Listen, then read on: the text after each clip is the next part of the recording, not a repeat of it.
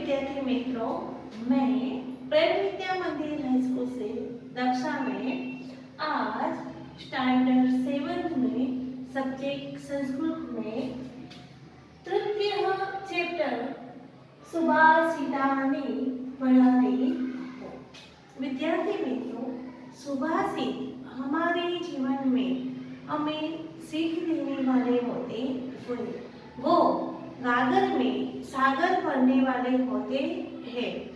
यहाँ संस्कृत साहित्य में बहुत सारे विद्वानों ने बहुत सुभाषितों की रचना की है। सुभाषित हमें उदात्त विचार और जीवन जीने का सही मार्ग दिखाते हैं। ऐसे ही कुछ सुभाषित आज हम देखेंगे।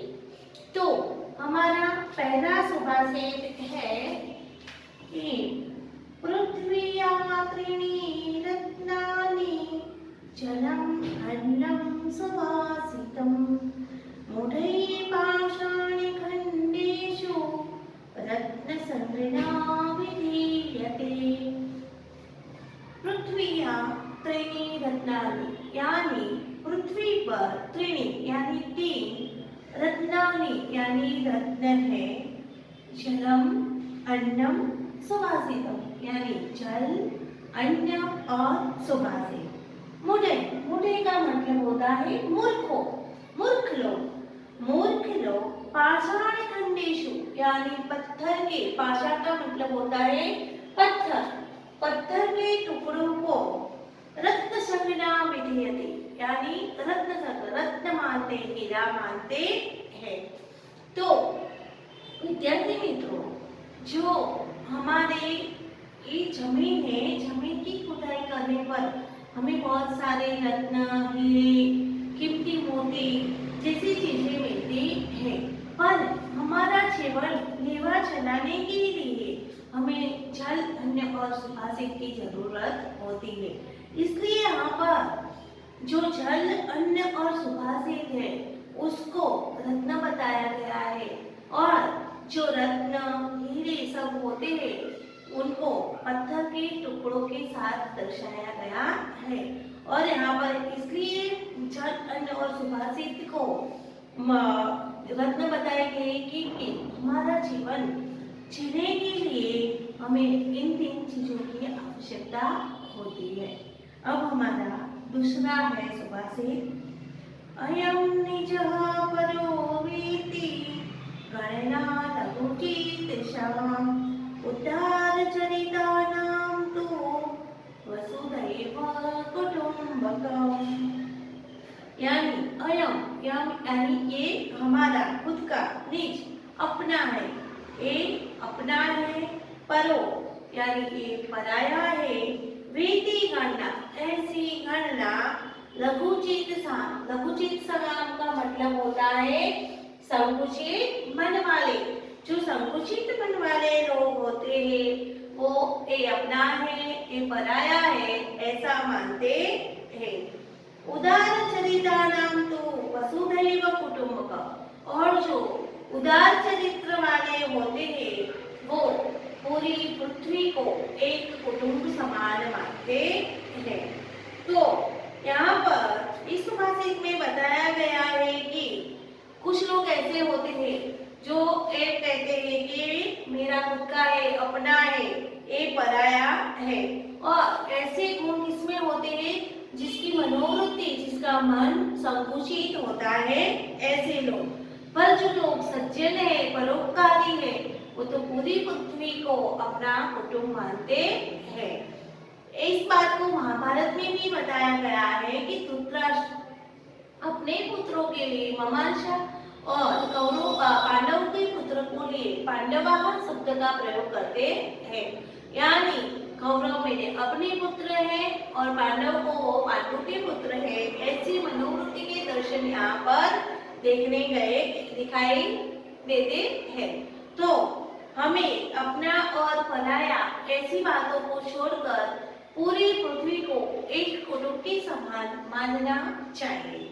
अब तीसरा सुभाषित है, नमन्ति फलिनो वृक्षा नमन्ति गुणो न जना वृक्षा च मूर्खा च न नमन्ति कदाचन।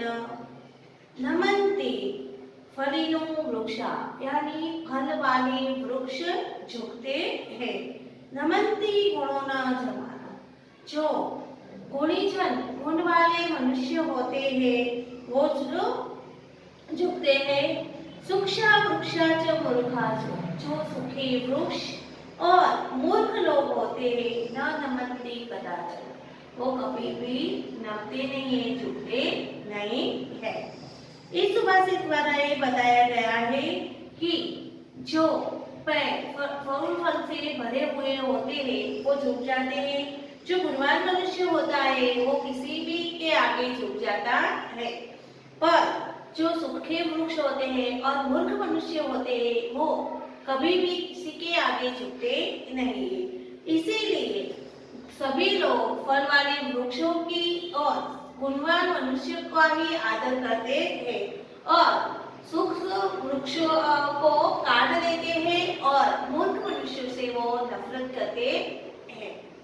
अब आगे का है सुभाषित उत्तम साहसम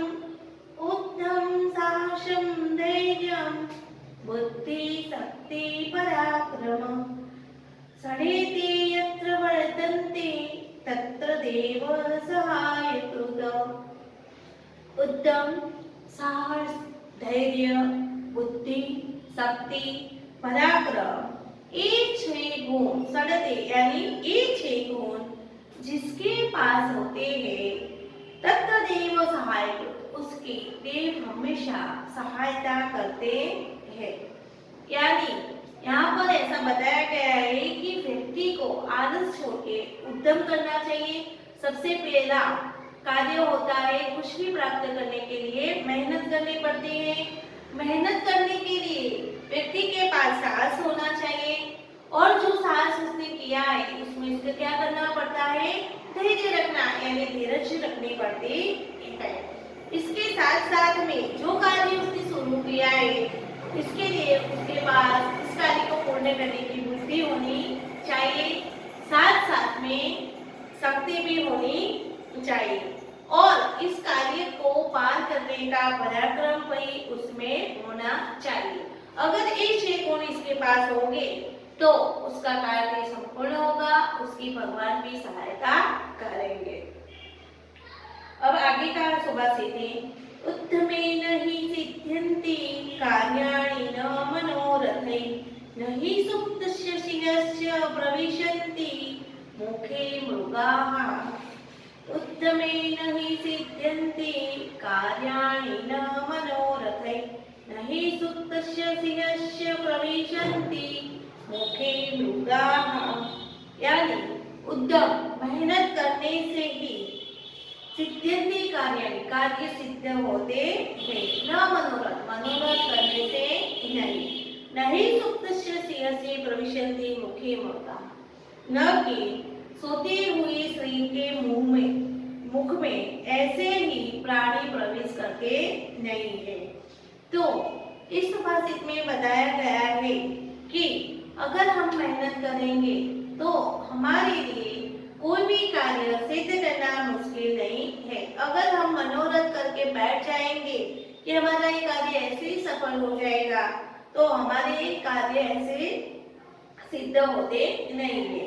श्री शंकर का राजा है ये अगर ऐसे सोच के सो जाए कि प्राणी मेरे मुख में अपने आप चले आएंगे तो भूखा ही रहेगा। इसके लिए उसको क्या करना पड़ेगा, अपने लिए अपने भोजन के लिए प्राणी की शोध करने के लिए जाना पड़ेगा। तो यहाँ पर मेहनत का हमें अगर मेहनत करेंगे तो हमारा कोई भी कार्य मुश्किल नहीं होगा, ये बात बताई गई है। अब लास्ट वाला है दृष्टिपुतं नश्यते पादं वस्त्रभूतं पिबेम जलं शास्त्रं पुता वदेतवाणी मनः पुतं समाचरितम्।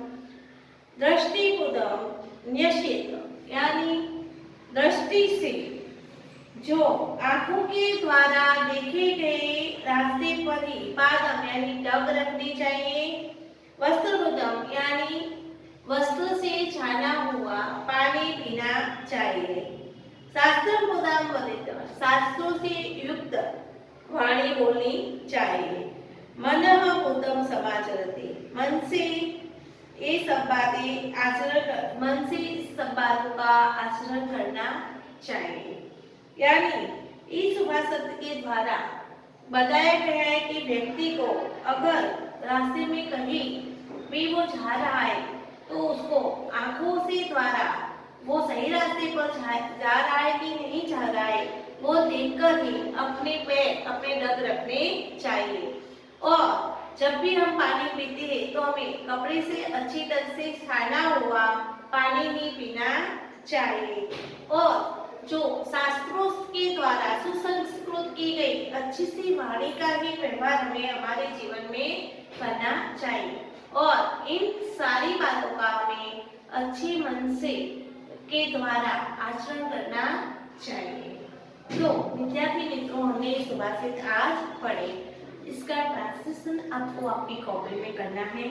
साथ में यहाँ पे टिप्पणी दी गई है जिसमें शब्दों के अर्थ बताए गए हैं कि पाषाण, पाषाण का मतलब होता है पत्थर, खंडेशु यानी टुकड़ों में, मुढ़ी मूर्खों द्वारा, विधीयते यानी माना जाता है, परह यानी पराया, लघुचित्सा यानी संकुचित मन वाले, उदार चरिता नाम यानी उदार चरित्र वाले, सूक्ष्म वृक्षा यानी सूखे वृक्ष, कदाचन कभी कभी, उत्तमेन परिश्रमेण सिद्ध्यन्ति सिद्ध होते हैं, दृष्टिगोचरम आंखों के द्वारा देखा गया, निश्चित रखना चाहिए, पादम यानी टक, समाचरित यानी आचरण करना चाहिए।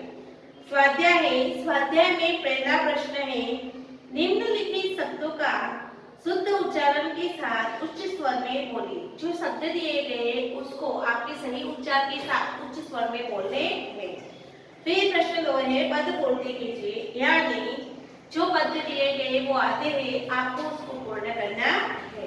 प्रश्न 3 में सुभाषित के आधार पर निम्नलिखित खाली जगह भरिए, यानी पहली खाली जगह नमति खाली जगह वृक्षा, तो क्या आएगा?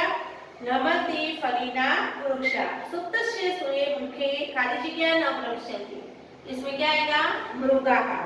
दृष्टिपूत खाली जगह पादम, तो दृष्टिपूत नशित पादम। शास्त्रपूता खाली जगह वाणी, शास्त्रपूता वदित वाणी। उद्यमेन हि खाली जगह कार्याणि, तो सिद्ध्यन्ति। प्रश्न 4 है, कोष्टक में दिए शब्दों में से उदाहरण के अनुसार वाक्य बोलिए। तो यहाँ कोष्टक में वो शब्द दिए गए हैं, इसको आपको क्या करना है? जो ब्रैकेट दिया हुआ है इसमें लिखना है। वसुधैव कुटुंबकम, फिर राज्यमेव कुटुंबकम, ग्राम्य कुटुंबकम, एक राष्ट्रमेव कुटुंबकम। अब प्रश्न 5 है, इसमें कोष्टक में दिए शब्दों का प्रयोग करके उदाहरण के अनुसार वाक्य रचना बोलिए एवं लिखिए। तो यहाँ ब्रैकेट में या कोष्टक में कुछ शब्द दिए गए जैसे कि धर्म, सफलता, विजय, परिश्रम, रमन्ते देवता, नार्यस्तु पूजयते, क्रोधः, विनाश, स्वस्था, प्रभुता, संग, शांति। तो यत्र तत्र जैसे शब्द के बीच में इन 2 शब्द को रखना है कि यत्र परिश्रम तत्र सफलता। तो ऐसे ही आपको क्या करना है कि शब्दों को ढूंढना है और यत्र तत्र की जगह पर रखना है। ऐसे ही प्रश्न 6 में उदाहरण के अनुसार शब्द रूप बनाइए और अर्थ लिखिए। स्वीकार्य है, ऐसे जो शब्द दिए उसको ऐसे आपको दूसरे शब्द बनाने हैं। प्रश्न 7 में निम्नलिखित विकल्पों में से योग्य विधान पसंद करके प्रश्नों के उत्तर दीजिए। के कदाचन नमति, तो इसमें अबक दिए हुए इसमें से सही आंसर ढूंढ के आपको लिखना है। प्रश्न 8 उदाहरण के अनुसार धातु रूप बनाइए और अर्थ लिखिए। पाव एलपी विवेक, तो चर का क्या होगा? चरते, ऐसे शब्द को आपको बनाने हैं। प्रश्न 9 उदाहरण के अनुसार धातु रूप बनाइए और अर्थ लिखिए। नम, नमन्ति, फिर खादतो खादंती, ऐसे ही आपको धातु रूप बनाने हैं। उदाहरण अनुसार शब्द रूप बनाइए। वृक्ष तो वृक्ष, मयूर मयूरा, मूर्ख मूर्खा, ऐसे शब्द आपको बनाने हैं। तो विद्यार्थी मित्रों, आज हमारा तीसरा चैप्टर यहाँ पर खत्म होता है।